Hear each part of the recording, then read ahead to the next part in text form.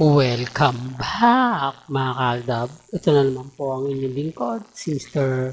Destiny. At syempre magbibigay na naman po tayo ng pinakamainit na update po ngayon sa social media. Medyo trending po ngayon ang mga post nila.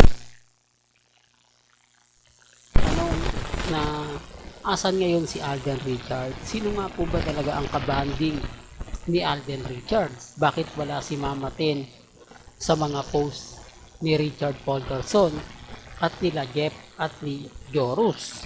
O dun pa lang kaduda-duda na, di po ba? Although may magre-react na naman ako, ayan na naman si Mr. Destiny.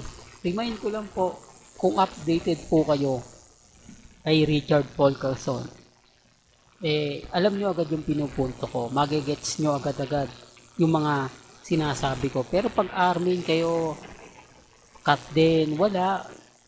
Di po ba? Kasi kung titignan nyo yung mga post ni Kat din, wala man lang paramdam, etc. etc. Pero ito yan ha, kapag ka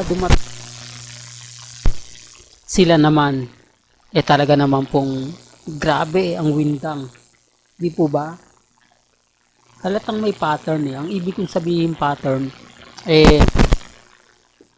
hindi man ngayon, hindi man bukas, hindi man sa makalawa. Ang pinupunto ko mga kaaldab, yung masakit na katotohanan na kapag tumating na naman yung point na eto na binibigay na naman nila, yung tipong pag-uusapan na naman ng Kat din.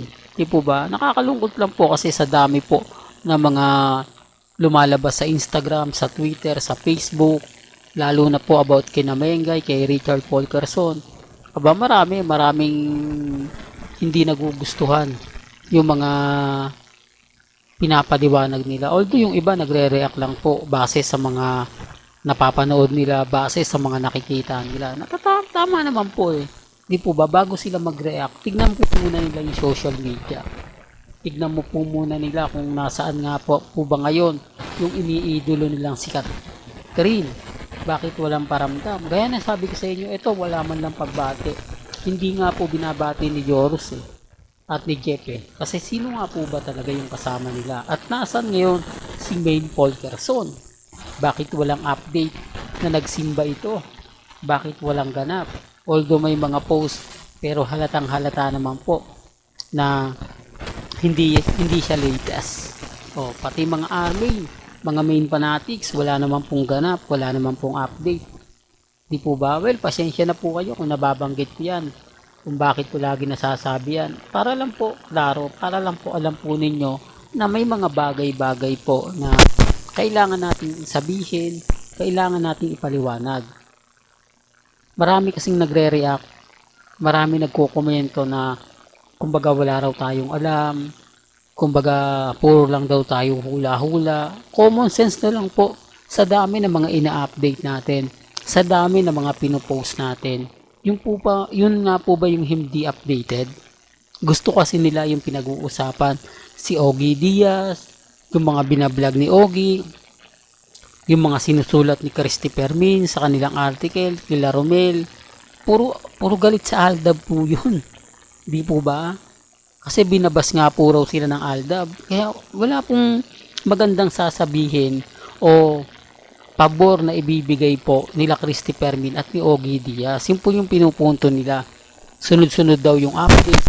Remind ko lang po sa inyo, may pelikula lang pong Hello Love Again. Pero kapag wala na po ito, tapos na yan.